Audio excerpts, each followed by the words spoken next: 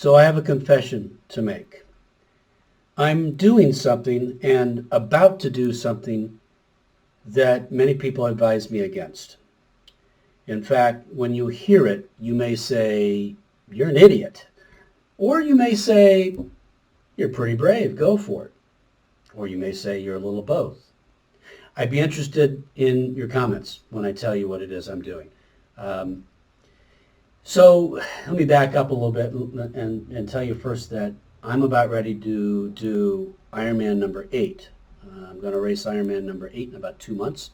I'm right in the middle of training, and I'm a bit challenged right now because I'm not a young man anymore. I'm going to turn 58 this year.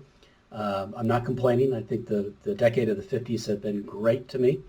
And I've done some wonderful athletic things. As I said, Ironman number 8's coming up. I've done all the Ironman in my 50s. But I'm challenged right now with a little shoulder issue. 3 of the 4 tendons in my rotator cuff are torn. And it's quite a bit painful. And as you can imagine, doing any type of swimming at all or any type of overhead work with my arms is tough. And I just finished a long training swim. And here's the deal. This probably happened because over the years, I'm an ultra-distance open water swimmer. And for those of you who don't know what that is, ultra-distance is anything over 10 miles. And I've done many, many swims that are over 10 miles long. And I love it. It's a great passion of mine. It is my favorite sport.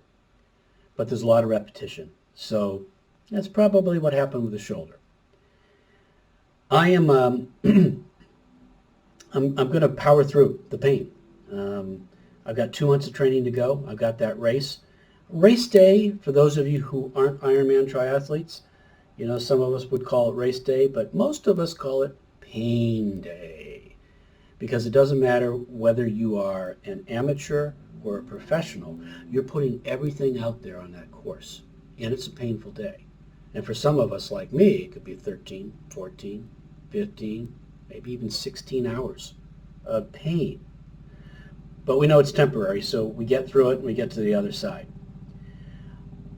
I've had a couple of doctors now, including my surgeon, tell me that I probably shouldn't do this race.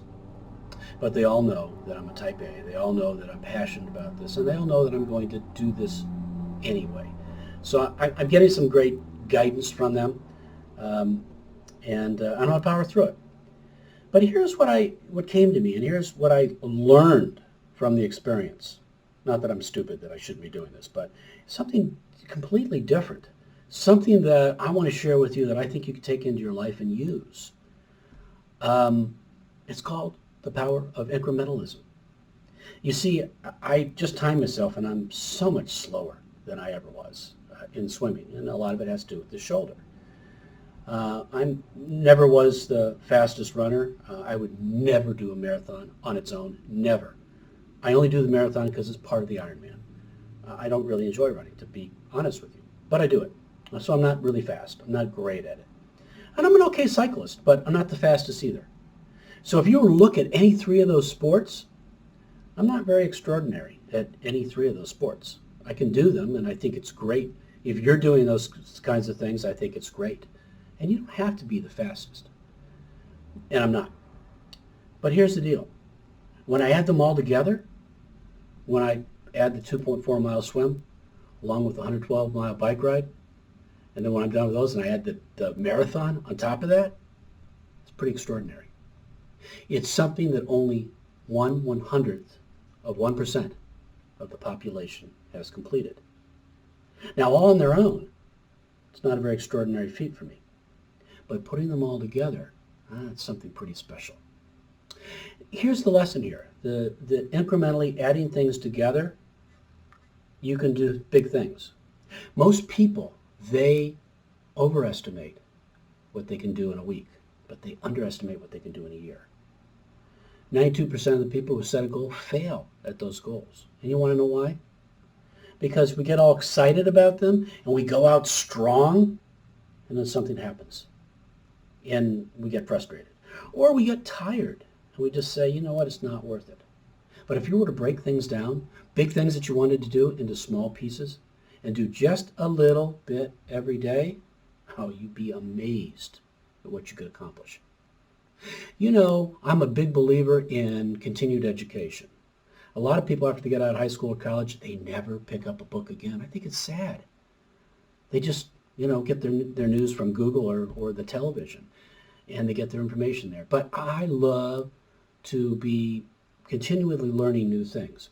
And if you were to take just 30 minutes a day, every day for a year, and learn something new, that would be the equivalent of taking 3 college courses, including study outside of class for the exams.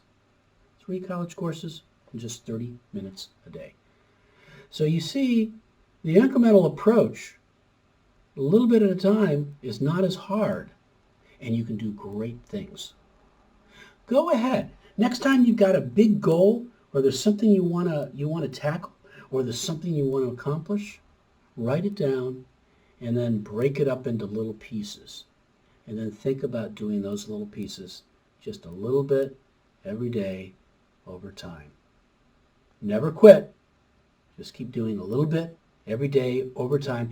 You will be amazed at what you'll accomplish. Go ahead, send me a message.